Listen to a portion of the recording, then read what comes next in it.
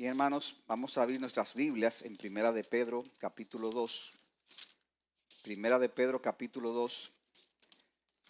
Ya nuestro hermano Duardi leyó el pasaje, se lo agradezco. Y en la mañana de hoy, yo quisiera tratar, hermanos, el segundo de una breve serie de sermones.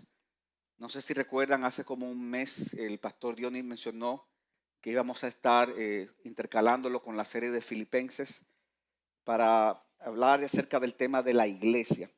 Ese pastor Dionis dio el primer mensaje y él nos hablaba de la iglesia como cuerpo de Cristo, basado en Primera de Corintios 12, del 12 al 27. Usando Pablo la figura del cuerpo humano, el pastor Dionis nos hablaba acerca de la unidad, diversidad e interdependencia que hay entre los miembros de la iglesia, teniendo a Cristo como cabeza y cómo eso debe llevarnos a una preocupación los unos de los otros, así como cada miembro del cuerpo se preocupa por todo el cuerpo, entre otras cosas más que se mencionó. En el sermón de hoy yo quisiera que viéramos el tema de la iglesia como templo de Dios, o la iglesia es el templo de Dios.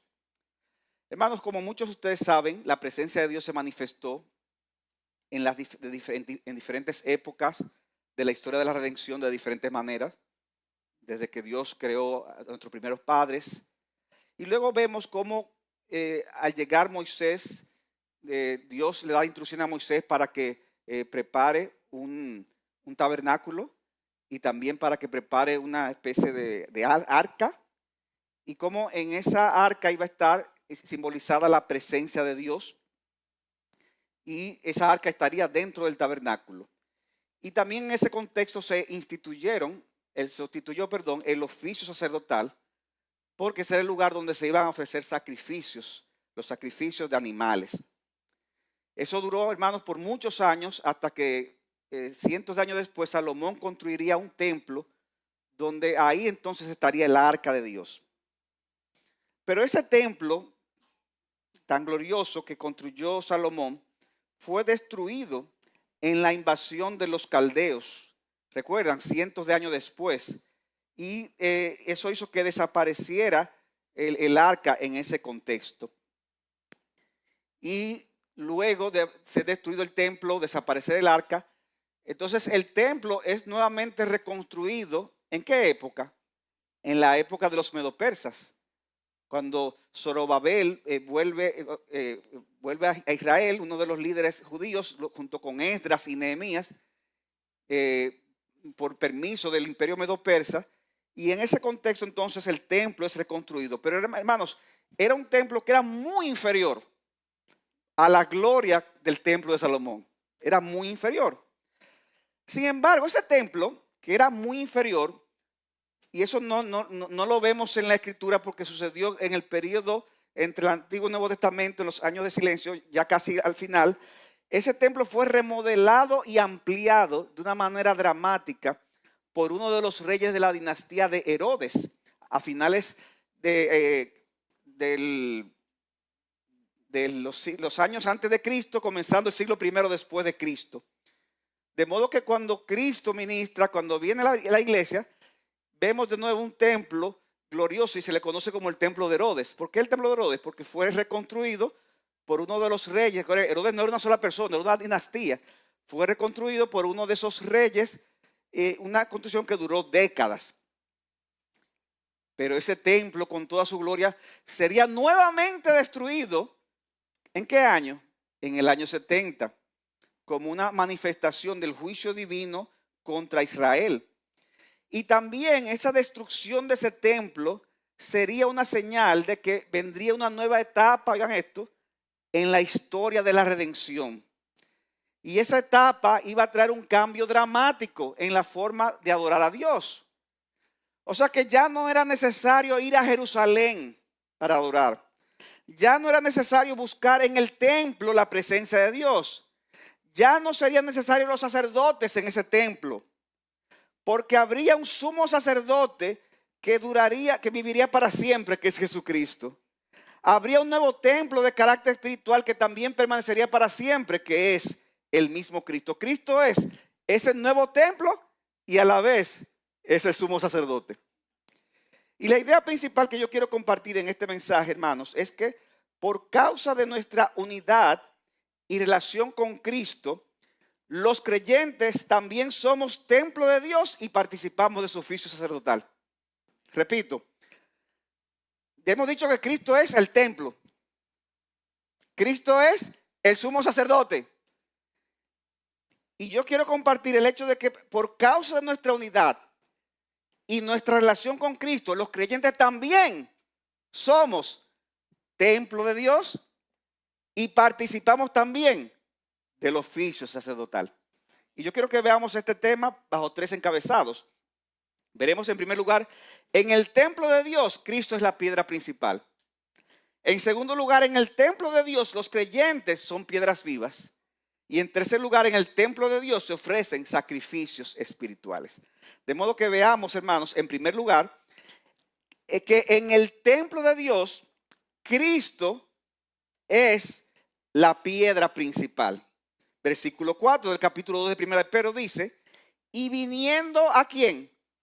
A Él, es decir, a Cristo, como una piedra viva, desechada por los hombres, pero escogida y preciosa delante de Dios. Y luego dice en el verso 6, pues esto se encuentra en la Escritura, yo pongo en Sion una piedra escogida, una piedra angular, y el que crea en él no será avergonzado. En el contexto inmediato de este pasaje, mis hermanos, el apóstol Pedro hace un llamado a desear con fervor el alimento de la palabra. ¿Para qué? Para que podamos crecer en la fe. Desead como niños recién nacidos la leche espiritual de la palabra para que por ella crezcáis para salvación. Pero Pedro añade, si es que hemos probado la bondad del Señor. Y hermanos, es importante que entendamos que ese crecimiento, ese llamado que nos hace el apóstol Pedro, no es un llamado que vamos a poder cumplir en solitario. Es un llamado que se da como a cada creyente, pero como parte de un cuerpo. Nosotros no somos llaneros solitarios, somos parte de un edificio espiritual que es la iglesia. Y Pedro nos dice que para poder crecer como parte de ese edificio espiritual, nosotros tenemos que venir a Cristo. O sea, los creyentes, ya somos creyentes, pero como quiera necesitamos seguir viniendo a Cristo. Es imposible poder crecer y dar frutos adecuados, mis hermanos, si no estamos desarrollando una relación directa y personal con esa piedra viva que es Jesucristo. O sea, aquí estamos hablando de una casa espiritual que está compuesta ¿por qué? Por piedras, espiritualmente hablando, ¿verdad? Pero ¿cuál es esa piedra principal? Jesucristo. Él mismo dijo en Juan capítulo 15 que separado de Él, nada podemos hacer. Cristo es una roca. ¿Por qué es una roca? Porque Él da protección, Él da seguridad y Él da estabilidad a nuestras almas. Cristo hace todas esas cosas por nosotros. Ahora, hermanos, cuando uno piensa en una piedra, uno piensa en algo que se mueve, ¿no? O sea, uno piensa en algo que es inmóvil. Uno piensa en algo que está ahí, que no tiene vida. Pero Pedro dice aquí que es diferente con Cristo. Pedro dice aquí, Cristo es una piedra viva. Una piedra viva. Y hermanos, aquí, recuerde, se usan metáforas, pero son metáforas sorprendentes. Porque que diga que es una piedra, bueno, es una figura que se entiende, pero es una piedra viva. Ahí las metáforas explotan, por decirlo así. Cristo es una piedra viva que va junto con nosotros, al igual que los israelitas, al igual que iba con los israelitas en el desierto. Por eso dice Pablo, en 1 Corintios 10:4, que mientras los israelitas iban en el desierto, todos ellos bebieron de la misma bebida espiritual, porque bebían de una roca espiritual que los seguía. Oye, piensen eso, una roca que los seguía. ¿Ustedes han visto una piedra con piernas? Está raro, ¿verdad que sí? Pero Pablo dice, había una roca que lo seguía, como si tuviera 2 piernas. Y dice Pablo, y la roca era Cristo. La roca era Cristo. Cristo es esa piedra viva. Ahora, hermanos, es una piedra viva en la cual los hombres no verían atractivo en ella. Y hermanos, eso es lo que es lo natural de una naturaleza humana caída. O sea, Así como cuando tú ves una piedra, tú lo único que dices es, ¿qué es eso? Una piedra. Nada. Lo mismo los hombres cuando ven a Cristo. Ellos no verían atractivo en esa piedra. Pedro dice que esa piedra es desechada por los hombres. Es una piedra más. Es desechada por los hombres. Pero dice, pero es escogida para Dios. Dios mismo señaló a Cristo para que cumpliera su misión. Ese mismo Cristo, el cual el Padre se deleitaba, como no lo hacía con nadie más en el universo, dio la misión a Cristo. ¿Para qué? Para que fuera parte de esa historia, para que fuera el centro de esa historia. Y Pedro llama a Cristo no solamente una piedra para Dios, sino una piedra preciosa para Dios. Preciosa para Dios. Dice en el verso 6, pues esto se encuentra en la Escritura. No voy a estar siguiéndolo cronológicamente el desarrollo del mensaje. Versículo 6 dice, esto se encuentra en la Escritura. Yo pongo en Sión una piedra escogida, una piedra angular, y el que crea en él no será avergonzado. Pedro está aquí citando el pasaje de Isaías 28:16, donde el profeta dice esencialmente lo mismo, aunque él añade también, el profeta Isaías, que era una piedra fundamental y que estaba bien colocada. Y con respecto a esto, dice un comentarista, el comentarista Hendrickson, que además de ser la piedra angular de un edificio, parte del fundamento y por lo tanto soporte de la superestructura, esa piedra determina, la piedra angular, estamos hablando, determina su forma final, puesto que al estar colocada en la esquina formada por la unión de dos muros primarios, esa piedra fija la posición de estos muros y de los que cruzan en el resto del edificio. O sea, sigue diciendo Hendrickson que todas las demás piedras deben de ajustarse a esa piedra. Así también la casa espiritual, además de descansar en Cristo, queda determinada en cuanto a carácter por Él. Él es quien define lo concerniente a lo que esta casa debe ser ante Dios y cuál ha de ser su función en el universo. Es Cristo el que da a la casa su correcta dirección. Fin de la cita. Hermano, el fundamento es Cristo. Si tú lo mueves un chin, ¿qué va a pasar? Usted sabe lo que pasa, ¿verdad? Cuando no está bien colocado un fundamento, cualquier desastre puede pasar, como hemos visto. Y siguiendo con la cita de Isaías 28:16, Pedro dice al final que el que crea en esa piedra, ¿no será qué? No será avergonzado. No te va a hacer quedar mal. Porque Cristo es una roca segura. Y si esa roca segura está en el lugar que debe de estar, el edificio no va a colapsar. Le dará perfecto soporte al mismo y mantendrá unido a las demás piedras que sean usadas para esta edificación. En otras palabras, mis hermanos, al estar nosotros aquí en esta mañana unidos a Cristo, los creyentes, si tú eres verdadero creyente, puedes estar seguro en las manos del Señor. Estamos seguros y firmes en sus manos. Y cuando el edificio termine de ser construido y nos toque comparecer ante el juicio de Dios, en aquel día tampoco seremos avergonzados, sino que seremos invitados a gozar del reino eterno de nuestro Señor y Salvador Jesucristo. Pero esa piedra, hermano, que es hermosa, no solo para Dios, debe ser también hermosa para nosotros los creyentes.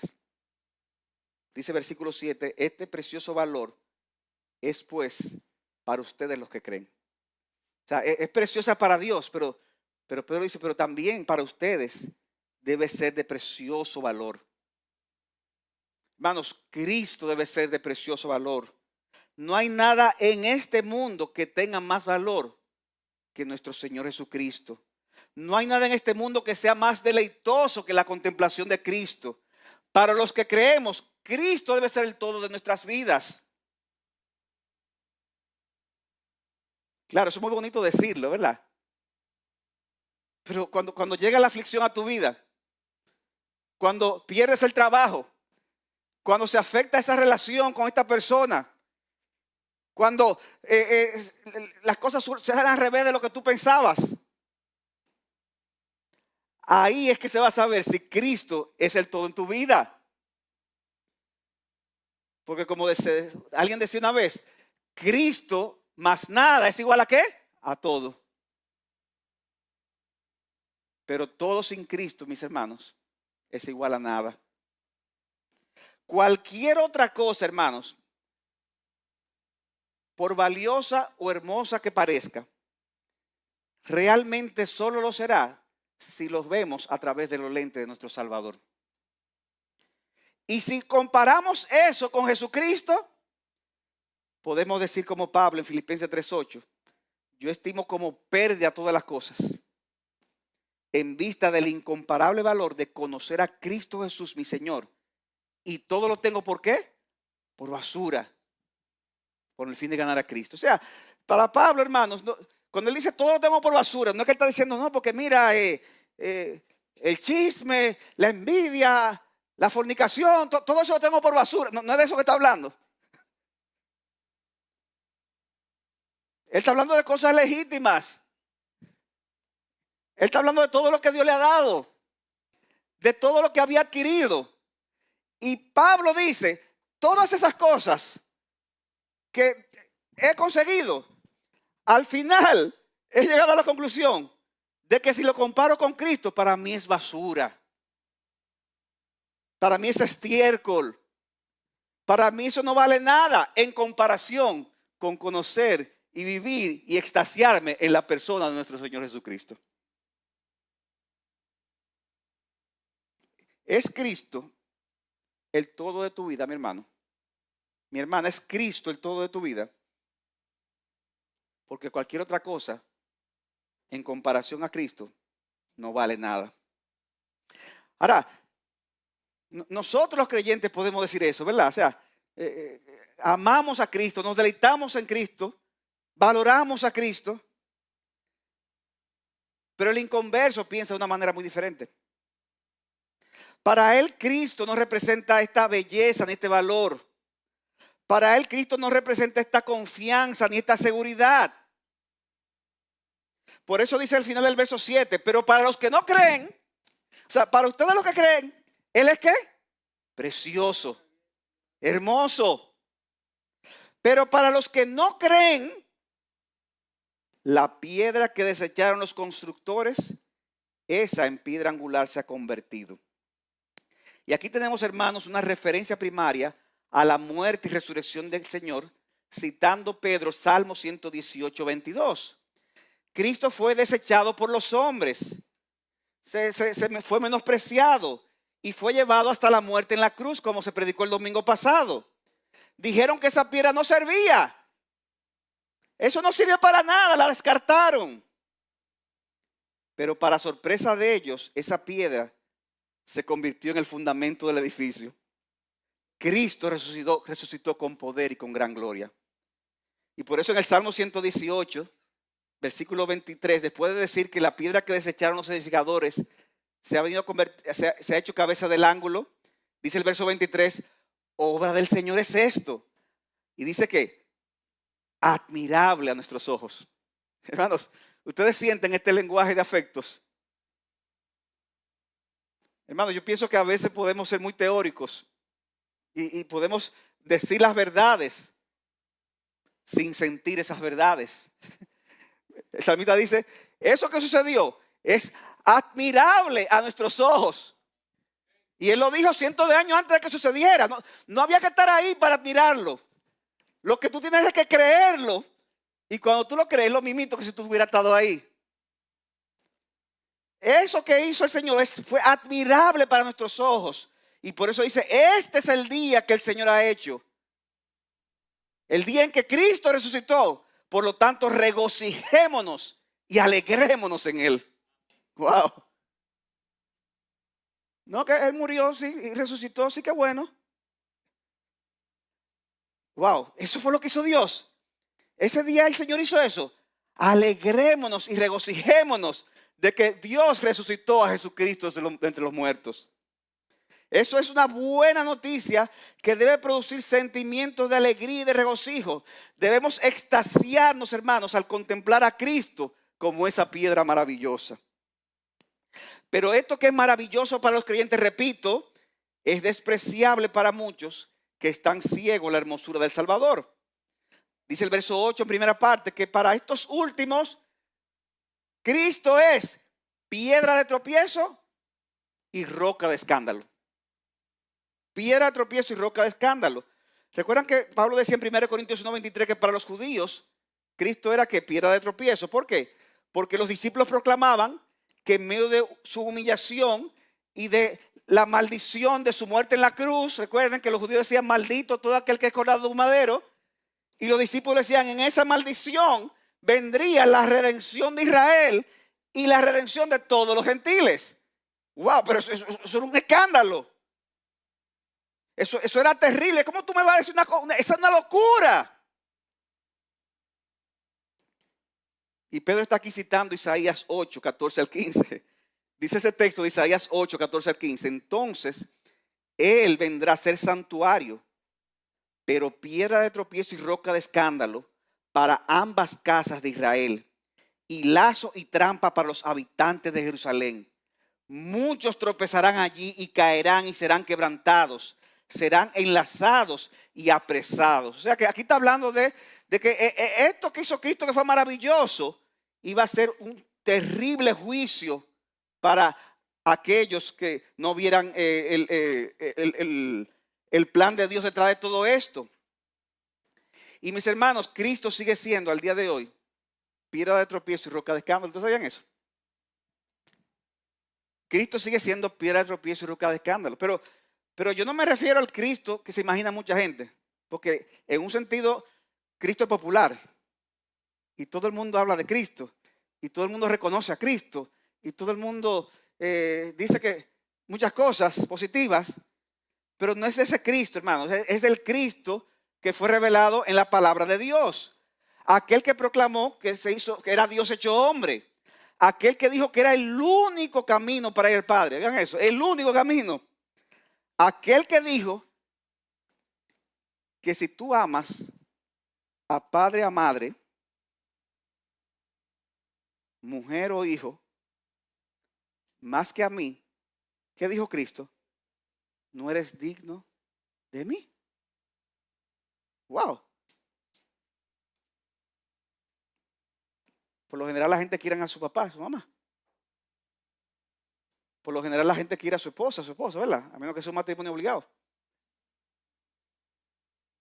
Por lo regular la gente ama a sus hijos con locura. Pero el Cristo de la Biblia dice, si tú amas aún a tu hijo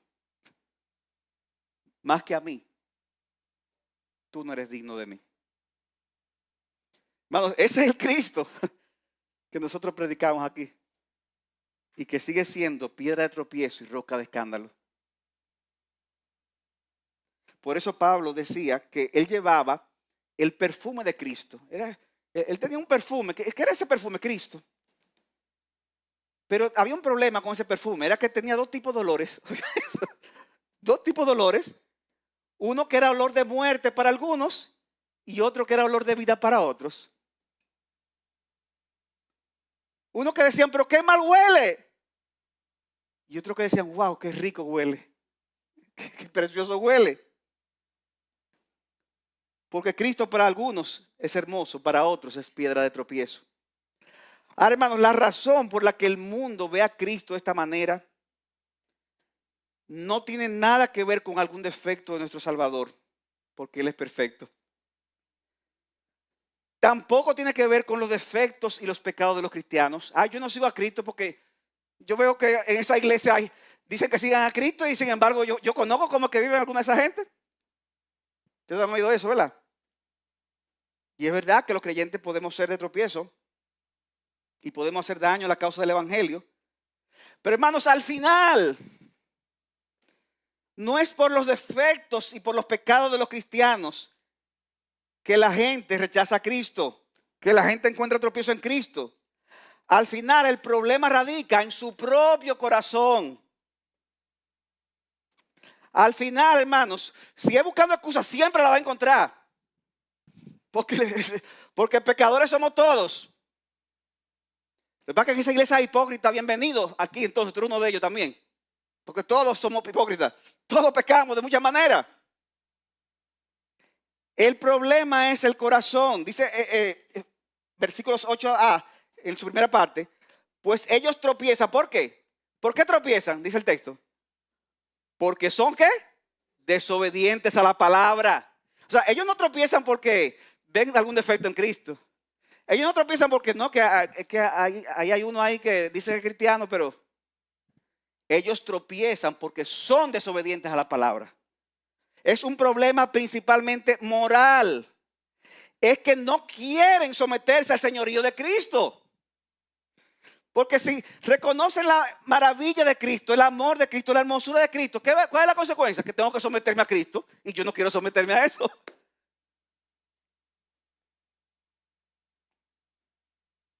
Es un problema principalmente moral. Es que no quieren someterse.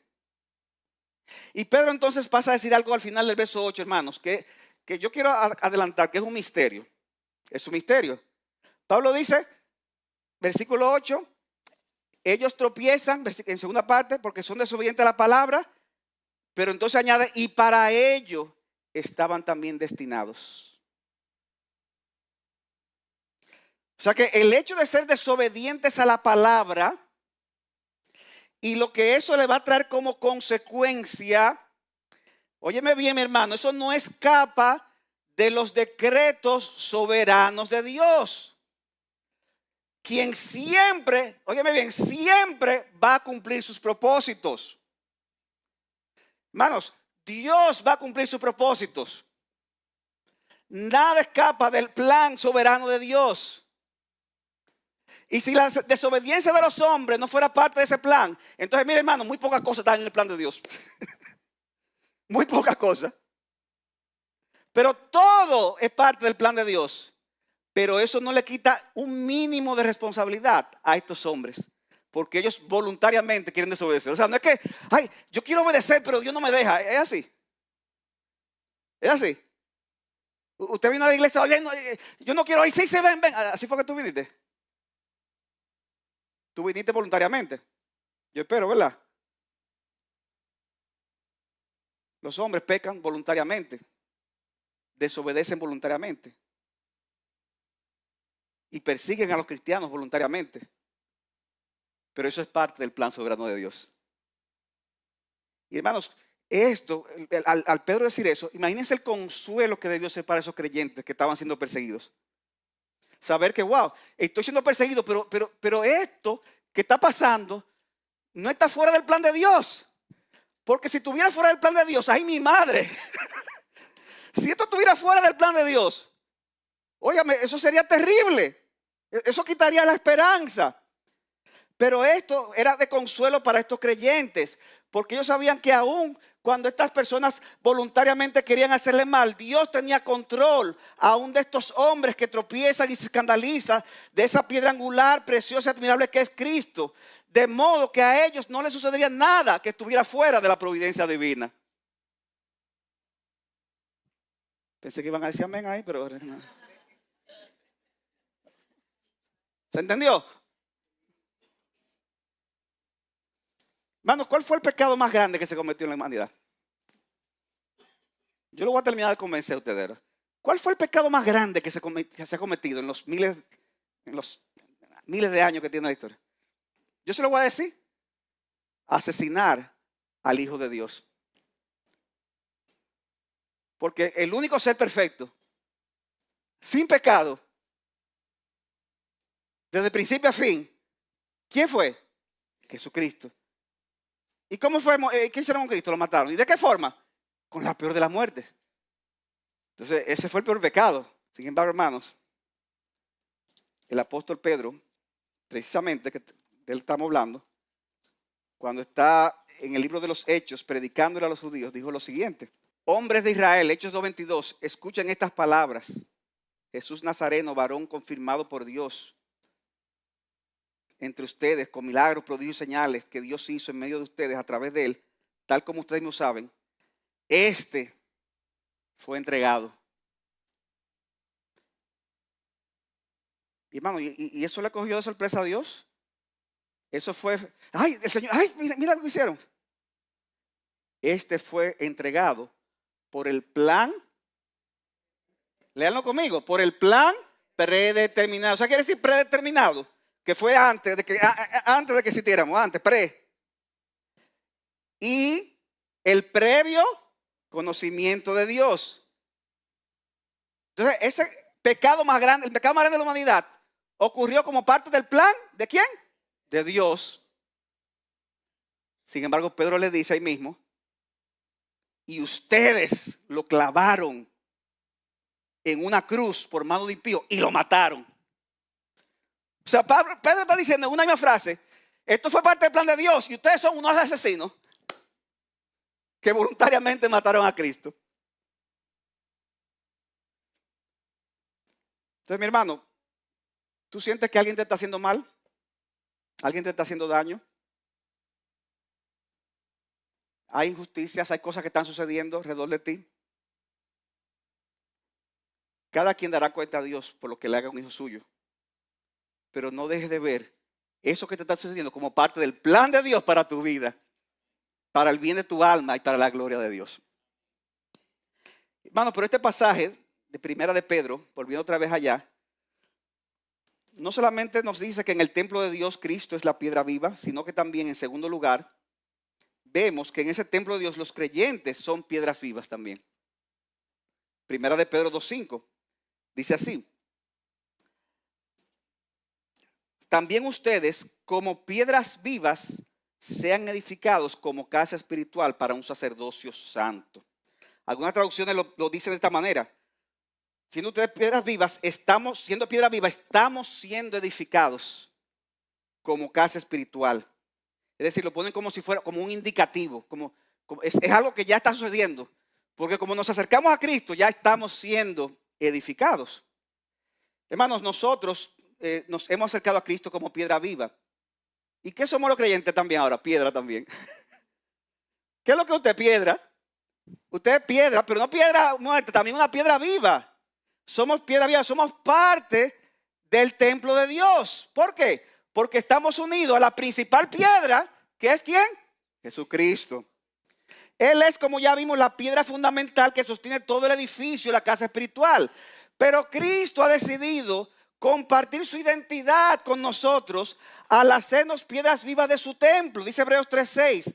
Pero Cristo fue fiel como hijo de Dios sobre la casa de Dios, cuya casa somos nosotros. La casa de Dios, ¿quiénes son? Nosotros. Efesios 2:20 dice que fuimos edificados sobre el fundamento de los apóstoles y profetas, siendo Cristo mismo, Jesús mismo, la piedra angular, la piedra principal, en quien todo el edificio, ¿cuál es el edificio? Nosotros, bien ajustado, va creciendo para ser un templo santo en el Señor. En Cristo también ustedes son juntamente, ¿qué? Edificados, porque somos una casa, para morada de Dios en el Espíritu. Yo le voy a hacer una pregunta. Cuando ustedes oyen la palabra templo, ¿qué usted piensa normalmente? Sea sincero. El templo, ¿en qué usted piensa? Diga la verdad, que ustedes son pecadores también. Usted piensa en un edificio, ¿verdad? Usted piensa en un edificio que fue construido con propósitos espirituales, ¿sí o no? Es un lugar para orar, para meditar, para tener culto de adoración. Por eso también todos esos lugares, ¿verdad? Que son templos, por decirlo así, le llaman templos, que tú vas pero en silencio, o sea, aún en la semana. ¿Por qué? Porque estamos en el templo y tú tienes que ir calladito, ¿verdad? Y tú te puedes sentar ahí y estar tranquilo. ¿Por qué? Pero no puedes hacer bulla. ¿Por qué? Porque tú estás en un templo. Sin embargo, mis hermanos, desde el punto de vista del Nuevo Testamento, ya la presencia de Dios no está impregnada en las paredes físicas de ningún lugar geográfico. ¿Quiero que te repita? En el Nuevo Pacto, en el Nuevo Testamento, la presencia de Cristo no está impregnada en las paredes de ningún lugar geográfico. O sea, el hecho de que se haya construido para ser un lugar de adoración no lo hace casa de Dios. eso es un local más.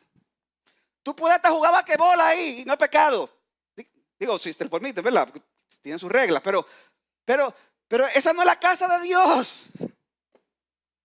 Con la llegada de Cristo y el nuevo pacto ocurriría, recuerden que dijimos, un cambio trascendental en la adoración. ¿Qué le dijo Cristo a la mujer samaritana? Juan 4:21, mujer, créeme que te digo que la hora viene cuando ni en este monte ni en Jerusalén adorarán ustedes al Padre. O sea, óyeme lo que está diciendo, ni en este monte ni en Jerusalén. Y todavía hay gente que quiere ir a Jerusalén. Eso es muy bonito ahí, ¿verdad? De turismo. No en estos días, pero es bonito ahí. Pero Cristo dice, la hora viene cuando no es en Jerusalén que se va a adorar. Lo está diciendo claramente. Verso 23, la hora viene, ahora es cuando los verdaderos adoradores adorarán al Padre en espíritu y en verdad. Porque ciertamente a los tales el Padre busca que le adoren. Dios es espíritu y los que le adoran, lo importante es que lo hagan en espíritu y en verdad. Y hermanos, esa hora ya ha venido.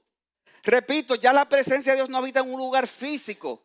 La presencia de Dios habita en una persona que es Jesucristo.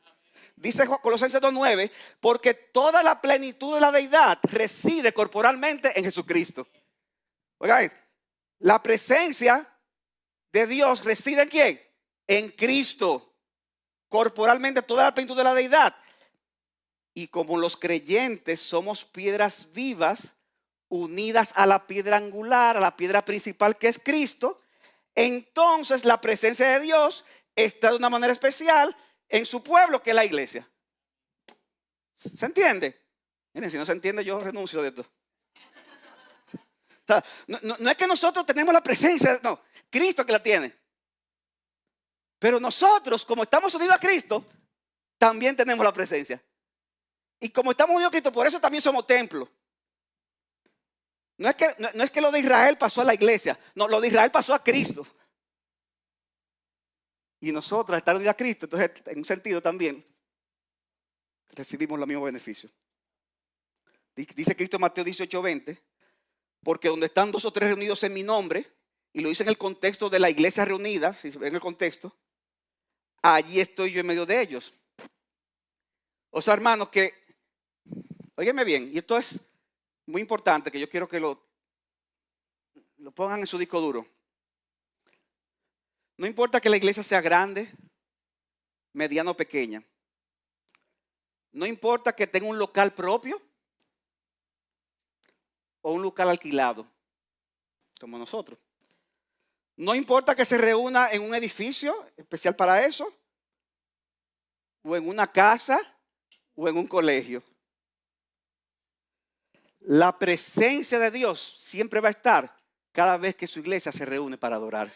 Aquí está la presencia de Dios. La presencia de Dios está aquí. Por eso, hermano, que yo sugiero que evitemos hablar de que, ay, ¿cuándo vamos a construir un templo? ¿Quiénes lo han dicho? Levante la mano. Todos lo hemos dicho, hasta yo creo. Necesitamos un templo. No, hermano, no necesitamos un templo. Nosotros somos el templo. Cristo es el templo y nosotros hemos sido unidos a Él. Pero hermanos, nosotros no necesitamos un templo. IBCG no necesita un templo porque IBCG es el templo de Dios. Algunos creyentes pueden hasta pensar que porque no tenemos un local construido para celebrar los cultos, fíjate, ¿dónde se reúne? En un colegio.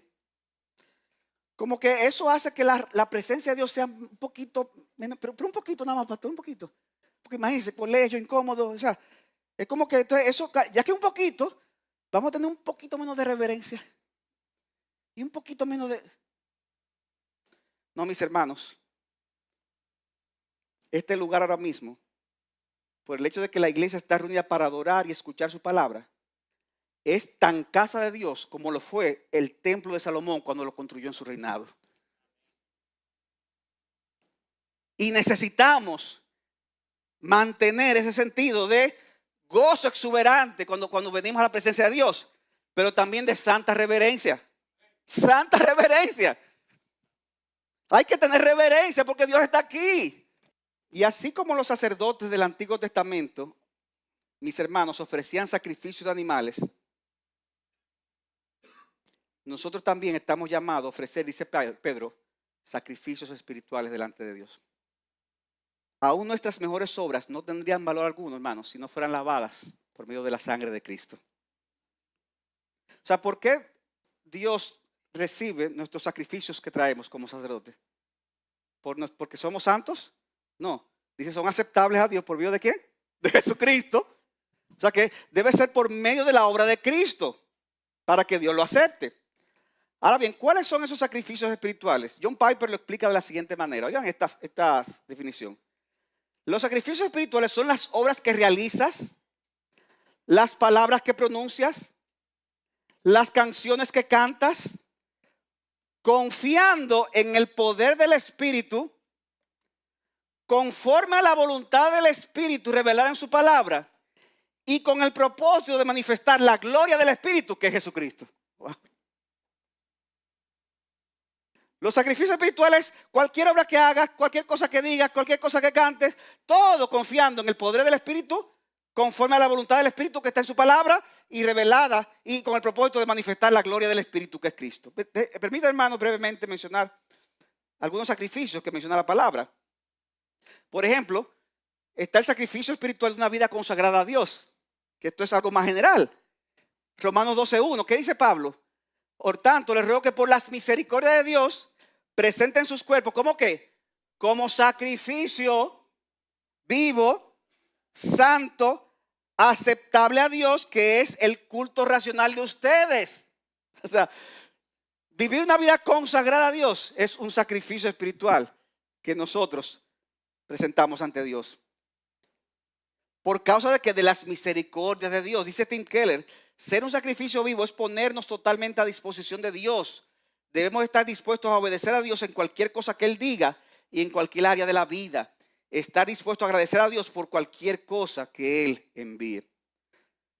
Hermanos, hay otro sacrificio espiritual que es cuando presentamos el Evangelio. O sea, cuando usted está predicando el Evangelio, ¿usted sabía que usted está ofreciendo un sacrificio espiritual a Dios? Dice Pablo en Romanos 15, para ser ministros de Cristo a los gentiles, ministrando a manera de sacerdote, el Evangelio de Dios, a fin de que la ofrenda que hago de los gentiles sea aceptable, santificada por el Espíritu Santo. O sea, cuando usted predica, usted está haciendo en ese momento un sacerdote que está ofreciendo a Dios ese sacrificio. ¿Cuál es? El predicar el Evangelio al otro. Dice Tim Keller, Pablo dice que su Evangelio es una ofrenda a Dios en respuesta a lo que Jesús le ha dado. Y oigan esto, hermano, que me estimuló mucho también. Nuestro evangelismo es parte de la forma en que nos ofrecemos nosotros mismos a Cristo. Testificar no es algo complementario a la vida cristiana, es una parte fundamental de la misma. También ofrecemos sacrificios de alabanza a Dios, Hebreos 13:15. Por tanto, ofrezcamos continuamente mediante él sacrificio de alabanza a Dios. Es decir, el fruto de labios que confiesa su nombre. Cuando cantamos, cuando confesamos su nombre, cuando oramos. Estos son sacrificios de alabanza, pero que se consideran también sacrificios espirituales que se hacen de manera individual o ya sea como iglesia. Hermano, ¿ustedes se imaginan en el Antiguo Testamento a un sacerdote que tenía que ofrecer sacrificios todo el tiempo? Con la rigurosidad que eso era. ¿Usted se lo imagina como, ay, oye, estoy tarde, los zapatos, los sacrificios, búscame el cordero que llegué a la hora? ¿Ustedes se imaginan eso? Yo no me lo imagino, hermanos. O sea, eso era una rigurosidad que tenía. Se supone que tenía que estar a tiempo para poder ofrecer eso que fuera delante de Dios. Y Dios lo tomaba como algo personal. Había que tener un cuidado. Cada cosa en la ropa, ustedes lo han leído en el Pentateuco, tenía que estar en su lugar. Específicamente con la medida correcta, con el tipo de ropa, tal tipo de tela. Todo tenía que estar ahí a la perfección para poder ofrecer ese sacrificio. Nosotros somos sacerdotes del nuevo pacto. Sin embargo, hermanos, ¿cómo nos preparamos para traer esos sacrificios? Porque ¿cómo actuamos nosotros? Muy diferente. No venimos preparados para el culto. Llegamos tarde, a veces. Estamos pensando en mil cosas. Mientras está cantando, nuestra mente está distraída. Mientras está predicando, yo estoy chequeando el WhatsApp, lo que me entró por WhatsApp. Nosotros somos sacerdotes que ofrecemos sacrificios espirituales. Y para que esos sacrificios sean agradables a Dios, deben ser lavados con la sangre de Cristo, pero deben ser hechos de la manera que Dios quiere que se haga. ¿Para qué? Para que glorifique a Dios.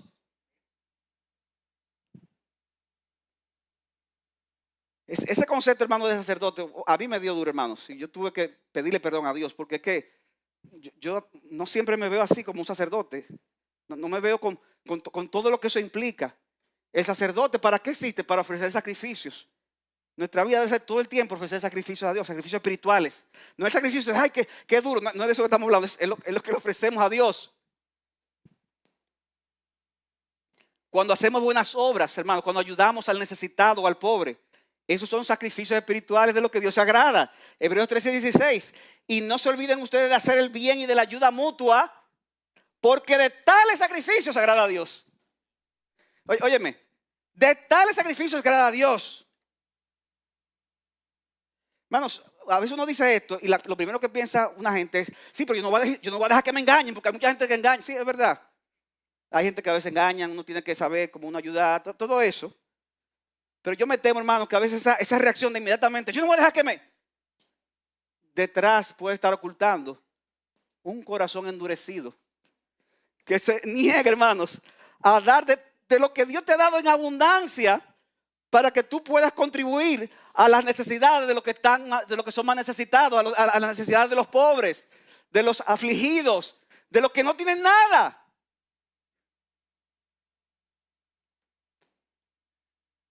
Ay, pero que yo gano poco, hermano, a veces 50 pesos es una gran cosa para alguien. 100 pesos.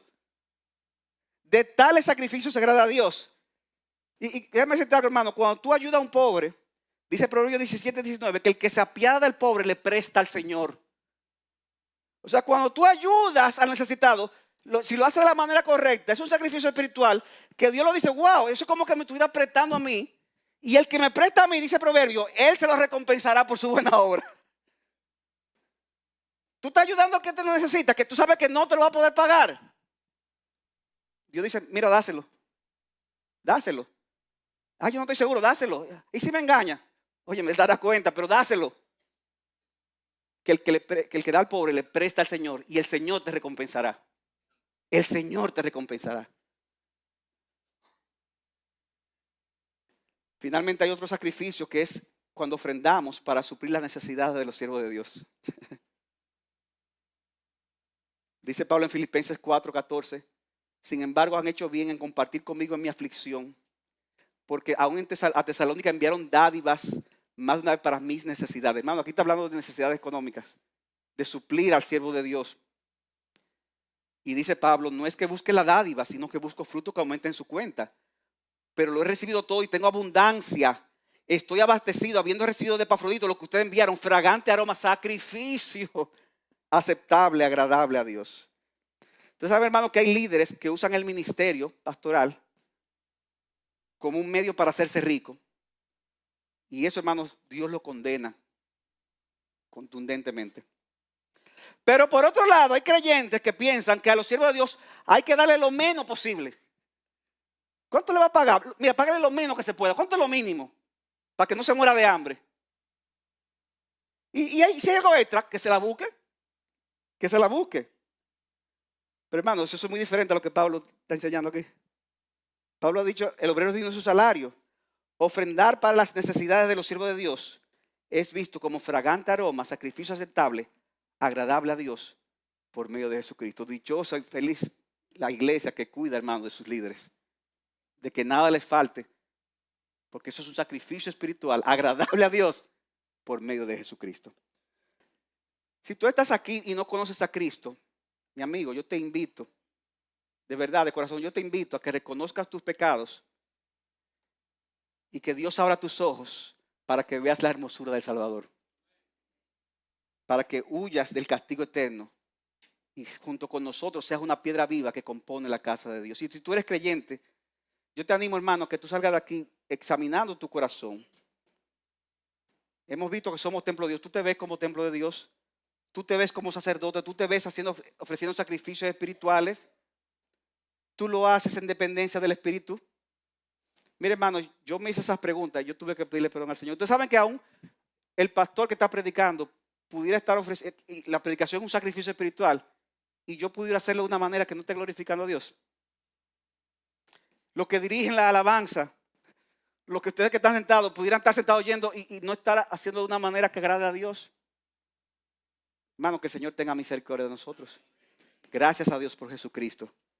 Como iglesia, hermanos, yo espero que este mensaje nos estimule a crecer en esa concepción del sacerdocio de los creyentes, que somos templo de Dios y que aún en medio de la diversidad, también Dios use esto para la unidad de la iglesia, para que todos juntos, hermanos, como ese edificio que está siendo construido, lleguemos hasta el final, hasta que nuestro Señor Jesucristo vuelva.